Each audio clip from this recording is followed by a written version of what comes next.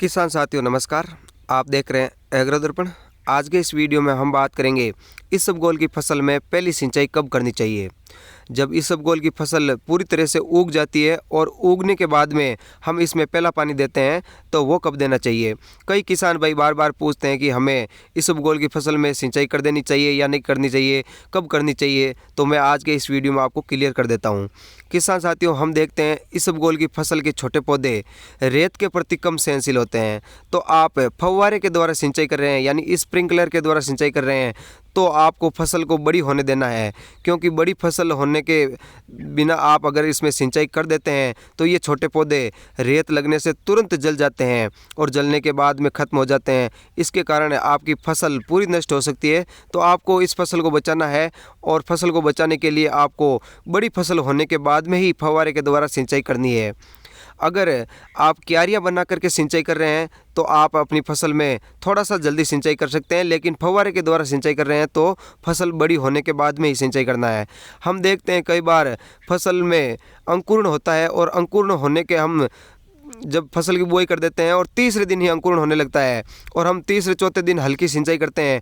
उस दौरान भी अगर कोई पौधे पहले उग जाते हैं तो वो पौधे भी हल्की सिंचाई से ही नष्ट हो जाते हैं। तो आपको जब भी आप पहली सिंचाई करते हैं तो रेत से बचाना अति आवश्यक होता है और रेत के जो पौधों पर रेत लग जाती है वो तुरंत पौधे जलते हैं।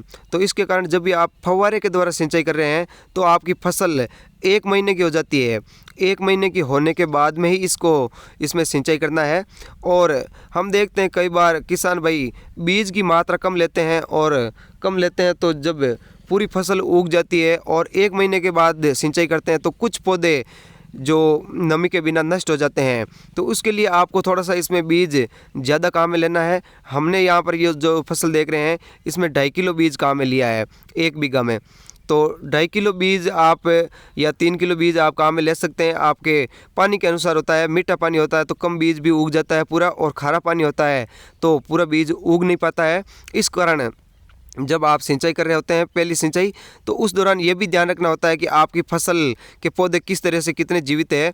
ज़्यादा पौधे पास नहीं होने पर भी कई बार रेत जो खाली जगह होती है उससे ज़्यादा उछलती है। तो आप थोड़ा सा लेट सिंचाई करके और अपनी फसल को बचा सकते हैं। यानी 1 महीने से पहले तो आपको फव्वारे के द्वारा सिंचाई कर रहे हैं तो किसी भी हालत में सिंचाई नहीं करना है। और अगर आप क्यारियाँ बना करके या दूसरे तरीके से सिंचाई करते हैं तो आप 20 या 25 दिन की फसल होती है उस दौरान आप पहली बार सिंचाई कर सकते हैं। किसान साथियों, आपको वीडियो पसंद आया है तो लाइक अवश्य कीजिए, चैनल को सब्सक्राइब भी कीजिए और वीडियो शेयर भी कीजिए।